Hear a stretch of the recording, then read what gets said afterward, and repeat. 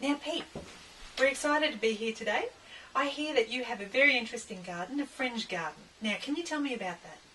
A fringe garden is a rather interesting term that's been given to my garden by some people as a garden that doesn't have typical planning, straight edges, weeded garden beds.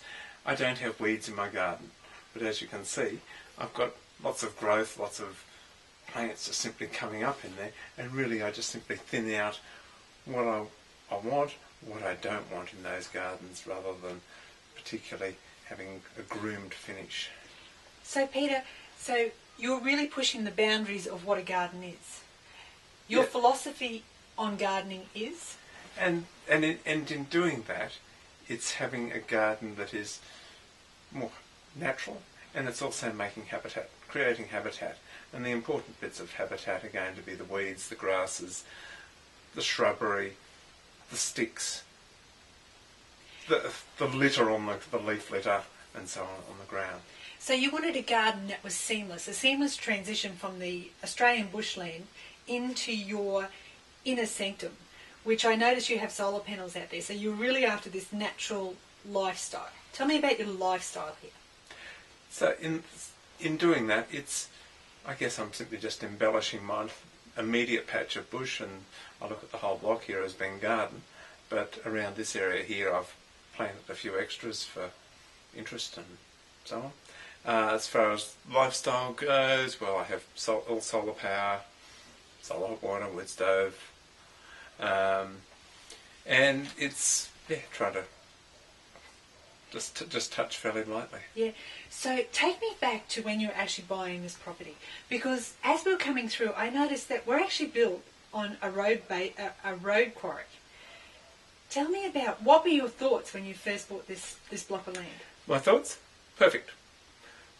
In what way? Perfect. It was 2/3 of the place has been taken out for gravel. As you can see, there's a lot of areas that are cut down a bit deeper to what the natural soil level is.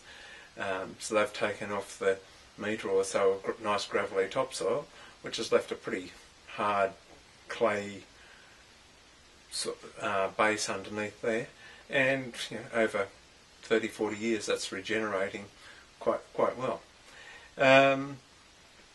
Where the garden is in natural soil, so the plants here are growing in a red gravel over clay, which gives the plants both good drainage, plus with the clay there's that moisture reservoir deep down, which I'm finding is ideal for all sorts of plants that would be difficult to grow elsewhere.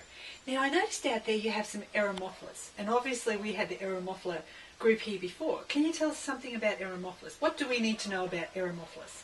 Eremophilus are a genus of Australian native plant that grow particularly well in heavy clay soils rather than red gravelly soils as I have here. I've got some like Eremophilus splendens, for example, that are doing well here.